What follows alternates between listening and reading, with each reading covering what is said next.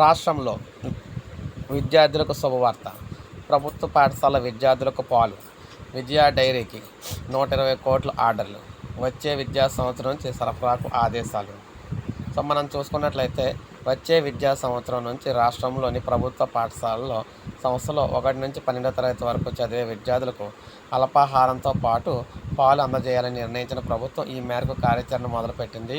పంపిణీ కోసం రాష్ట్ర పాడి పరిశ్రమాభివృద్ధి సమాఖ్యకు తొలి విడతగా 120 కోట్ల ఆర్డర్ ఇచ్చింది. జూన్లో పాఠశాలలు తెరిచే నాటి నుంచి పాల సరఫరా చేయాలని ఆదేశించింది. ఇటీవల విద్యాశాఖపై సమీక్ష సందర్భంగా విద్యార్థులకు పాలు పంపిణీ చేయాలని నిర్ణయం తీసుకున్నారు.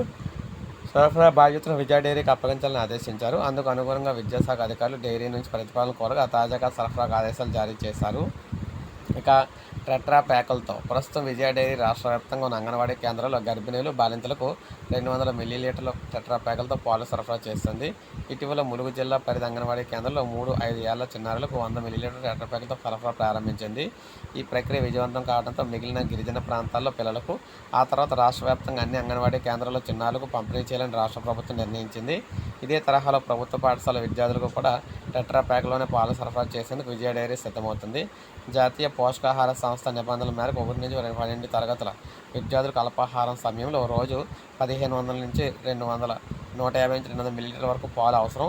ప్రభుత్వ ఆదేశాల ప్రకారం 150 నుంచి 200 మిల్లీలీటర్ల ప్యాకెట్లతో పంపిణీ చేసేందుకు సిద్ధంగా ఉన్నామని చెప్పేసి విజయ డైరీ అధికారులు తెలియజేశారు.